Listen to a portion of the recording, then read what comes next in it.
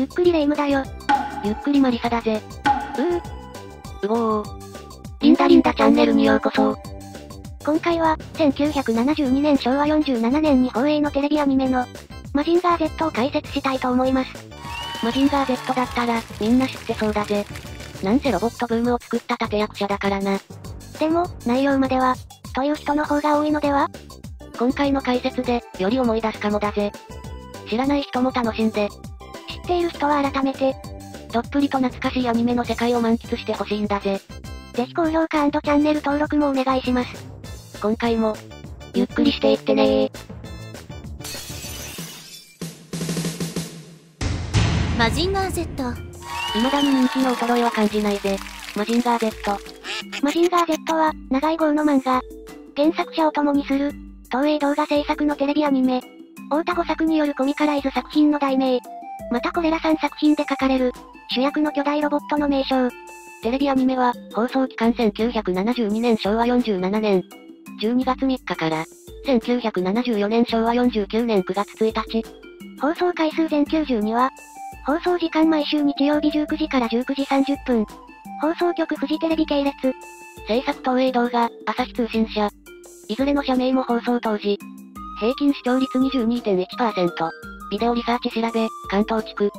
最高視聴率は、1974年3月17日放送。第68話、地獄の用心棒黄金対抗の 30.4%。ビデオリサーチ調べ、関東地区。という具合に大ヒット番組となり、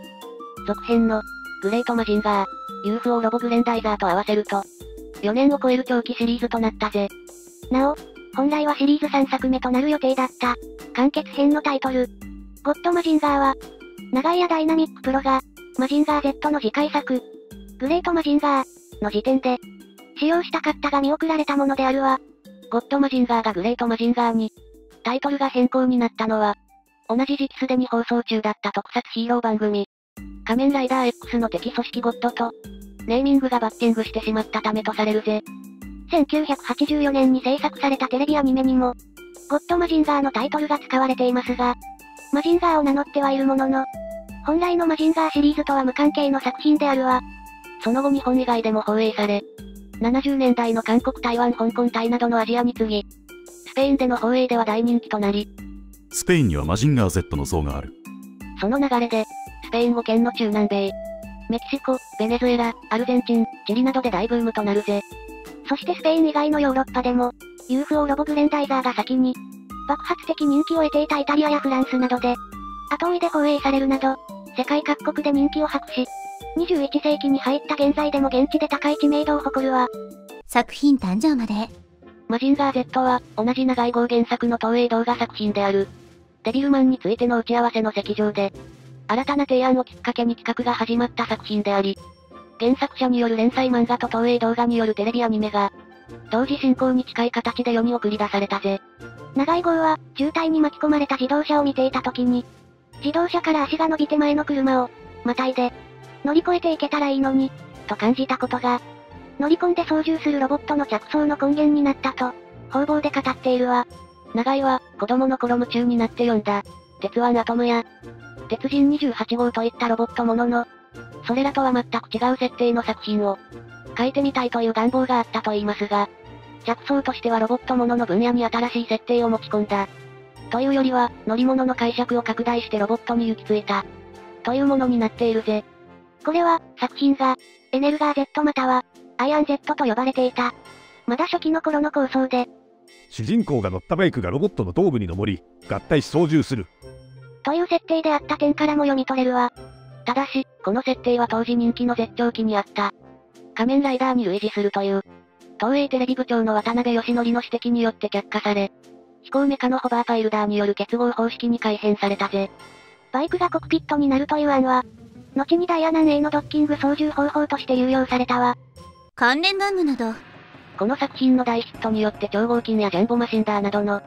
関連玩具が爆発的に売れたぜ。雑誌での記事展開なども含めた、商業的な面でのシステムを確立したという点でもマジンガー Z は画期的であり、日本アニメ及びそのキャラクタービジネスにとって重要なターニングポイントになったとされるわ。本作放映以前はテレビアニメの制作本数は減少傾向にあり、辻正樹によると、テレビアニメはそのまま死滅の道をたどったかもしれない。という時期であったぜ。長井号によると本作の企画時、巨大ロボットは売れないと判断されたためスポンサーのポピー、現バンダイは乗り気ではありませんでしたが、本作の高視聴率が判明すると、商品化に動いたわ。ジャンボマシンダーは、全長約60センチの大きさが子供に受け、50万個のヒットになり、巨大ロボットアニメの商用性を示したぜ。本作以降、玩具メーカーがアニメのスポンサーになることが増え、これまで菓子メーカー主導だったアニメは、玩具メーカー主導になり、テレビアニメの制作本数が増加するわ。辻正樹は玩具メーカーが、テレビアニメを救ったように述べているぜ。また当時、東映動画は東映の実写キャラクターの版権も取り扱っており、同社の版権収入は実写級、アニメ1の割合だったわ。それが本作のヒットによりアニメの方が版権収入が上になったぜ。このように本作は実写優位だった当時の市場環境を覆し、アニメの価値を示した作品であるわ。本作の玩具を開発した村上勝氏は、マジンガーがなければ、この超合金もなく、その後の私もどうなっていたものか。マジンガーには心から感謝しています。と述べているぜ。また同じく当時のポピー取締役で、本作の玩具開発に関わった、杉浦幸正も、今につながるバンダイのキャラクタービジネスの土台を作った作品として、石ノ森章太郎と並んで、長い号に足を向けて寝られない、と感謝の念を述べているわ。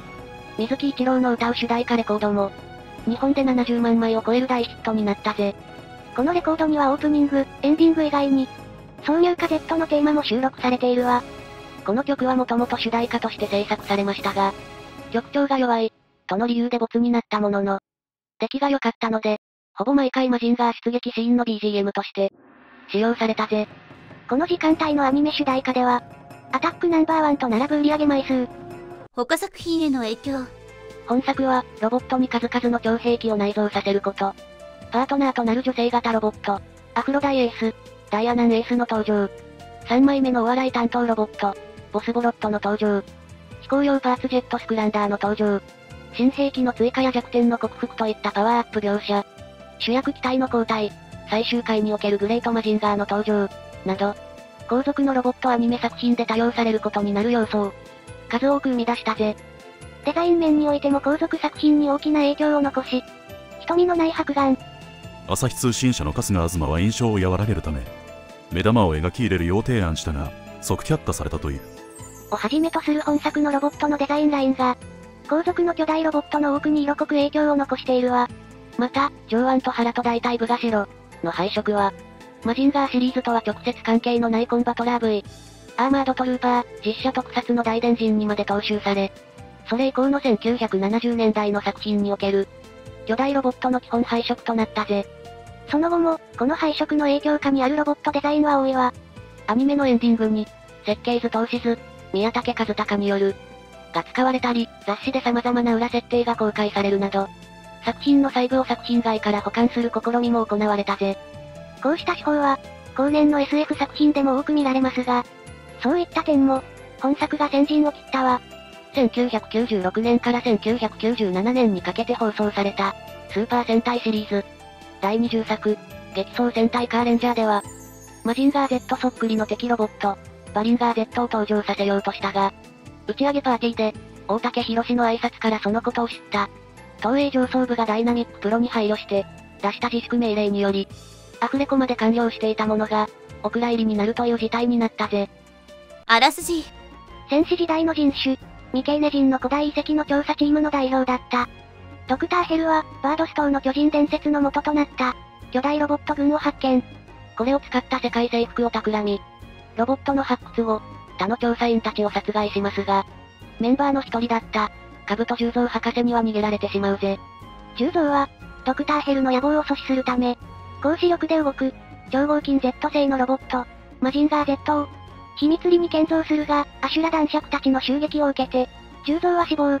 今話の際に、ドクターヘルの野望を伝え、マジンガー Z を孫のコウジに託したぜ。コウジは亡き祖父の意志を継ぎ、マジンガー Z の力で、ドクターヘルの野望を打ち砕くために、戦い始めるわ。ドクターヘルの部下は、ミケーネの、貴族夫婦のミイラを一体化した、アシュラ男爵。ナチスの鬼将軍のサイボーグである、ブロッケン伯爵。頭部の代わりに、ピグミー族の上半身を、マサイ族の肉体に合成した、ピグマン子爵。兵器はミケーネ人の遺産である、巨大ロボットを改造した機械銃。虎の腰から人間の上半身が生えたミケーネ帝国の使者。黄金対抗とも手を組み、ミケーネの技術で製造された強力な、両機械銃を貸与されるぜ。激闘の末、ドクターヘルの野望を打ち砕いた工事。しかし、地上制圧を目論むミケーネ帝国が、その隙を突き、本格的に地上侵攻を開始。その先兵として突如姿を現した、戦闘銃たちの前に、ヘルとの激闘で深い傷を負っていたマジンガー Z は、太刀打ちできず敗北を喫するわ。あわやこれまでと思われた時、グレートマジンガーと名乗るマジンガー Z によく似た、スーパーロボットが姿を現し、工事とマジンガー Z の危機を救うぜ。グレートマジンガーの正体とは、工事の父、カブト建造がミケーネ帝国の侵攻に備えて、密かに開発していた、マジンガー Z を超える超ロボットであったわ。その操縦者、剣哲也に戦いの使命を譲り、科学者である父と祖父の血を引く者として、科学の研鑽を積むべく、工事がさやかと共にアメリカ留学へ旅立つところで、物語は幕を閉じるぜ。さやかは工事とは、喧嘩するほど仲がいい関係。ボスはボロットの登場でコメディリリーフの地位を確立するぜ。漫画版では脇役だった、サン博士もレギュラー化して、Z の新兵器開発などに活躍するわ。このほか、家政婦を経て、高視力研究所の正式な所員となる、ミサトや、後に工事が留学、支持することになるアメリカの研究者、ワトソン博士など、アニメオリジナルキャラクターも登場したぜ。